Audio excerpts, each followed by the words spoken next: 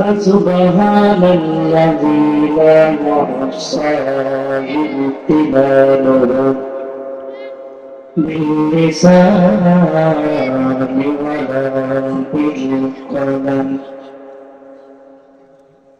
نشهد أن لا إله إلا الله وحده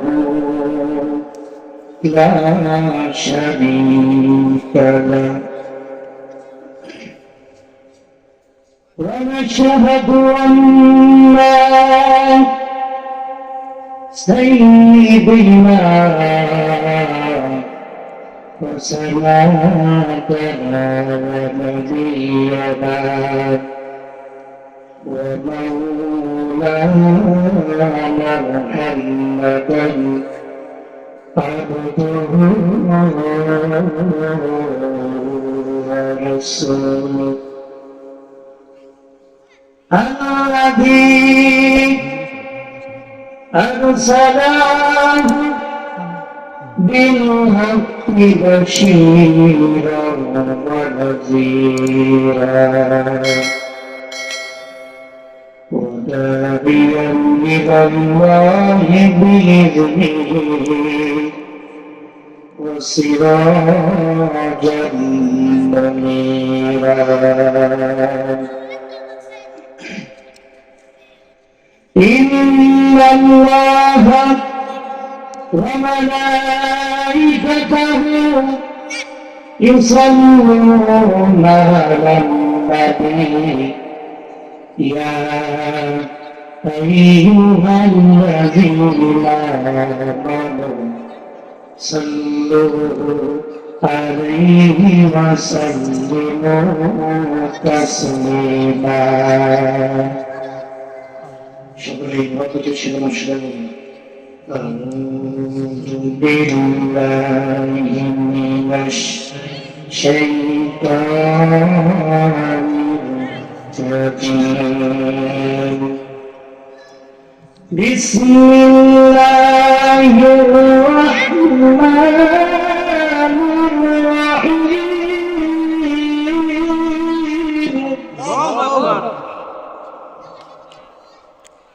إن الذين كانوا ربنا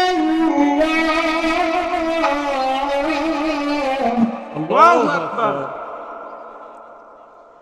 إن الذين كانوا ربنا الله ثم استقاموا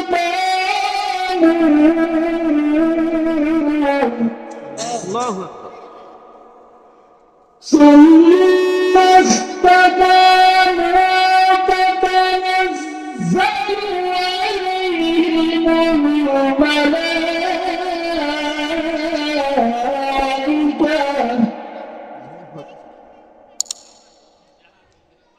ألا تخافوا ولا تحزنوا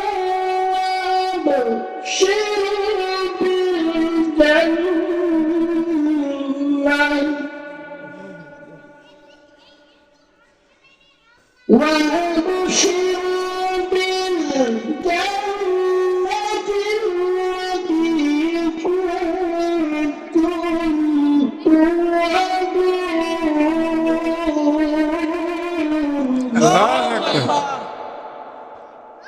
صدق الله العظيم.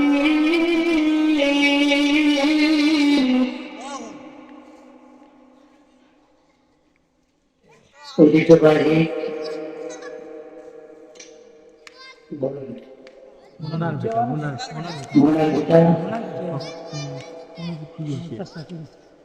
আজকের মাহফিলের প্রধান বক্তা, প্রধান আলোচক الشيخ الأستاذ كمال محمد حضرة مولانا فخر الإسلام هادي صاحب আল্লাহ তাআলা তিনার হায়াতে বরকতে আমরা সকলেই দোয়া দিই বলে আমিন। আজকের মাহফিলের আমার আগে ভাই কথা বলেছেন, আমার সঙ্গে বসা যুবক ভাইয়েরা মুরব্বিয়ান পর্দার অবস্থান রাখছেন, অবলা সারনা, আমার মা এবং বোনেরা, সকলকে আমার অন্তরের অন্তঃস্থল থেকে সালাম জ্ঞাপন করছি। সমস্যা হলে সালাম জবাব দিবেন। আপনাদেরকে বলছি আসসালামু আলাইকুম ওয়া রাহমাতুল্লাহ। আপনারা কেমন আছেন সবাই? আলহামদুলিল্লাহ। জি, প্রচন্ড ঠান্ডা, মানুষের একেবারেই কম সংখ্যা। যে আল্লাহ তাআলা আমাদেরকে কিছু মানুষের ভেতর থেকে কবুল করে নিয়েছেন, এই জান্নাতের বাগানে এসে বসার সুযোগ করে দিয়েছেন। এবার চিৎকার দিয়ে শুকর আদায় করি, সবাই বল আলহামদুলিল্লাহ। আমাদেরকে কে সুস্থ হয়ে গেছে? এবার শুকুর আমাদেরকে আদায় করতে হবে, ঠিক কিনা বলুন? আল্লাহ পাক আমাদেরকে সকল আপদ বিপদ থেকে রক্ষা করে নিয়ে এই জান্নাতের বাগানে এসে বসার সুযোগ করে দিয়েছেন। আর যারাই বসেছেন তারাই ভাগ্যবান, যারা কোরআন শুনবেন তারাই ভাগ্যবান। আপনি কোরআন পড়তে পারেন আর না পারেন, যারা কোরআন বলবে আর যারা কোরআন শুনবে উভয় একই রকম সরকারের সম্মানিত হাজিরান, আল্লাহ রাব্বুল আলামিন পবিত্র কোরআন কারীমের মধ্যে দাওয়াত দিয়েছেন, বান্দারে এই কোরআন যদি পড়তে পারো আর কোরআন যদি মানো, আর কোরআন যদি মানার যদি চেষ্টা করো, তাহলে তোমাদের জীবনগুলো কামিয়াবি হয়ে যাবে। সুবহানাল্লাহ। আল্লাহ রাব্বুল আলামিন বলেন, ومن لم يحكم بما أنزل الله فأولئك هم الظالمون। আল্লাহ রাব্বুল আলামিন বলেন, বান্দারে যারা কোরআন কারীম ছাড়া পড়ে না, কোরআন দিয়ে ছাড়া বিচার ফয়সালা করবে না, আল্লাহ রাব্বুল আলামিন বলছেন তারা হলো পৃথিবীর শ্রেষ্ঠ জালিম মুনাফিক। ঠিক কিনা? আল্লাহ রাব্বুল আলামিন বলছেন, বান্দারে এই কোরআন আমল যদি করতে পারো আর কোরআন যদি পড়তে পারো, তাহলে তোমাদের জীবনগুলো সুন্দর করে দেবেন কে? আজকে যদি এখানে কোরআনের আলোচনা না করে যদি গান বাজনা যদি প্যান্ডেল করা হবে, আল্লাহর কসম করে বলি যুবকদের যারা যাইত না। ঠিক কিনা বলেন?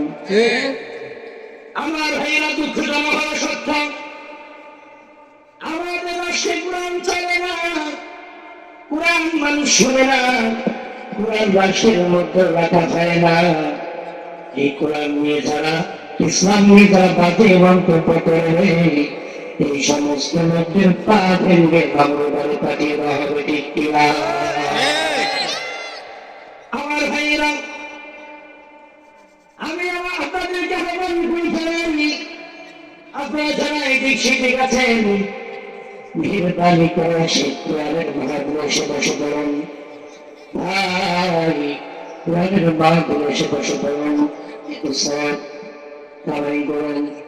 আমার ভাইরা, আমি যে কথা বলতেছিলাম, যে আয়াতটা করেছিলাম, এই আয়াতের পরে আমার রাসূল আমাকে কিছু কথা বলার তৌফিক দান করে। আপনারা সকলেই দোয়া দিয়ে বলেন আল্লাহুম্মা আমিন। এই যে ইন্নাল লাযীনা ক্বালু রাব্বুনাল্লাহ সুম্মা ইসতাকামু তাতানাজ্জালু আলাইহিমুল মালায়েকা। হে মুমিনগণ, ইমান আল্লাহর পক্ষে ইন্নাল্লাযীনা ক্বালু রাব্বুনাল্লাহ সুম্মা ইসতাকামু তাতানাজ্জালু আলাইহিমুল মালায়েকা, যারা বলবে আমাদের রব আল্লাহ, অতঃপর তারা ইস্তিকামত থাকবে, বিচার থাকবে, তাদের জীবনগুলো সুন্দর করে দেবেন কে? আল্লাহ। আমার ভাইয়া আলোচনার দিকে চলে যাই। এই আলোচনার মধ্যে যে ঘটনা আসে বিশ্ব নবীর কাছে আল্লাহ রাব্বুল আলামিন আয়াতের উপরে দিলেন। এই আয়াতের ঘটনা হলো ইয়াসির পরিবারের ঘটনা। কি ঘটনা? ইয়াসির পরিবারের ঘটনা। মক্কার জমিন যারা সর্বপ্রথম ইসলাম ধর্ম গ্রহণ করেছিল, আবু জাহেল, উতবা, সাইয়্যিদুনা, ওলীদ ইবনে মুগীরা, এই দুষ্টিরা কিন্তু আম্মার ইয়াসিরকে কিন্তু পিছে রাখে নাই। কথা বলেন ঠিক কিনা? আজকে আমাদের দুনিয়ার মধ্যে জুলুমটা হয় আনন্দের ফাঁকি খুলে। আপনাদেরকে আলোচনার দিকে বুঝাই নিতে হবে, কারণ দেশের অবস্থা ভালো না। কি বলতে চাই, মুরব্বীকে উপায় দিতে কোথায়? আপনাদেরকে বুঝাই নিতে হবে। বিশ্বনবী ইকরামুল কারীমে দাওয়াত দিচ্ছেন মদিনার নগরীতে। আবু জাহেল, উতবা সাহেবরা বলে, কারা তোর সাহস আমার রাষ্ট্র থাকবে, আমার খাবে, অথচ আমাকে বা হিসেবে বান্ধব রাখিয়েছে, তারা তোর সাহস, তাদেরকে গ্রেফতার করে নিয়ে আসো। কি করে নিয়ে আসো? গ্রেফতার করে নিয়ে আসো। সর্বপ্রথম ইসলাম ধর্ম কে গ্রহণ করেছে? ওরা আম্মা। কি নাম? আম্মা। সম্মানিত হাজির, আবু জাহেল সেনাবাহিনীর দল চলে গেল আম্মাকে গ্রেফতার করে নিয়ে আসার জন্য। আম্মাকে গ্রেফতার করে নিয়ে আসা হল। প্রিয় বন্ধুরা আমার, চাবুক পিছিয়ে মতো আঘাত করা হয় পরে আম্মাকে এখনো সময় আছে, তুমি আল্লাহ ত্যাগ করো, তোমার ধর্ম গ্রহণ করো। আম্মা ডাক দিয়েছেন আবু জাহেল সেনাকে, যে আল্লাহকে রব হিসেবে মানি, আমার জীবন চলে যায় যাক, তবু একটু পরিমাণ ইসলাম থেকে দূরে সরে দাঁড়াবো না।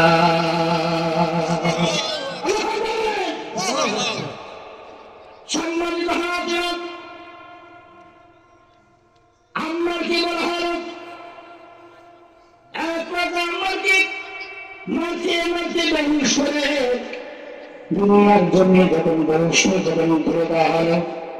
এরপর আবু জাহেল বলেন, এই আম্মার মাকে ডেকে নিয়ে আসা হবে। কাকে? আম্মার মা। আগে ডেকে আসা হবে আম্মার মাকে। আম্মার মা নাম কি বলুন তো? সুমাইয়া। সুমাইয়া